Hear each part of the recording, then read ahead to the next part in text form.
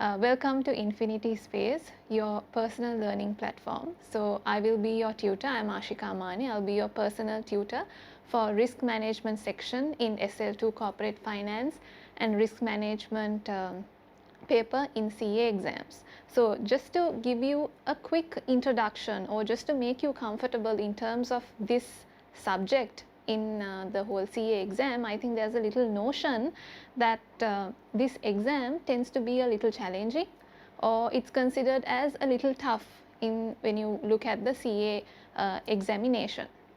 So as a CFA charter holder, being myself in fact an accountant, if I share my experience with you, see, probably when you're doing your O levels or maybe when you learn for your A levels, we always tend to learn concepts like financial accounting throughout. It has become a very common subject area where we have got exposed to in different instances. But whereas subjects like corporate finance and risk management, we only get to learn these subjects when we move to our professional examination. So what I want to sort of give you the comfort is that this subject area could be just new to you, not that it's necessarily challenging, not that it's necessarily tough to really learn, just that the concepts are new to you. Now maybe when you probably skim through your study text, you would see terms like valuation, hedging, risk management. Things are not very new to us, but whereas financial accounting, debit, credit, assets, equity, liabilities, those are the terms that we are comfortable with. We have done a lot of calculations, so that's our comfort zone. So this is a good platform where you can actually start learning the basics of corporate finance and go into a little bit of depth and actually make yourself comfortable in terms of this new subject area. So as you master, as you do questions, as you read about it, you will get comfortable with it, just like you have done with financial accounting. So I would like to in fact use a quick very simple equation that you and I we have learned from day one from a commerce point of view, and to give you an idea how even corporate finance and risk management as a subject sort of fits into this little equation, which is assets equal equity plus liabilities. So let me write down the equation that you and I are very familiar with, which is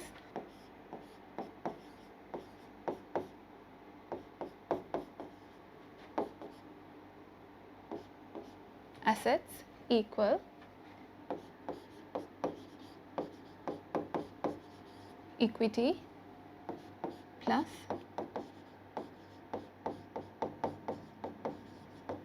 liabilities. So this is a very simple formula that from day one of learning commerce, maybe financial accounting for your O levels or A levels, this is an equation that you and I, we have really mastered and know the basics around it. So now if I sort of explain as to how it fits into corporate finance as a subject, so that you will realize that everything comes together and basically fits in this little equation that we have been always comfortable with.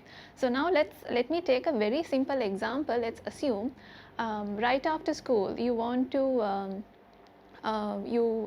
you want to start your own business, and let's say I'm trying to keep the example very simple as possible so that you can relate to it easily. So let's assume you want to start a business, and let's say it's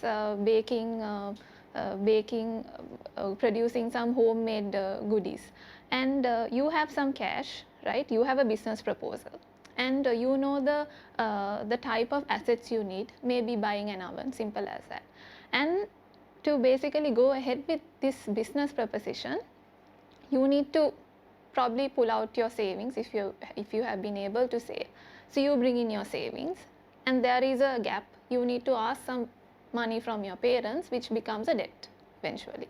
So putting things into perspective, you have a business idea,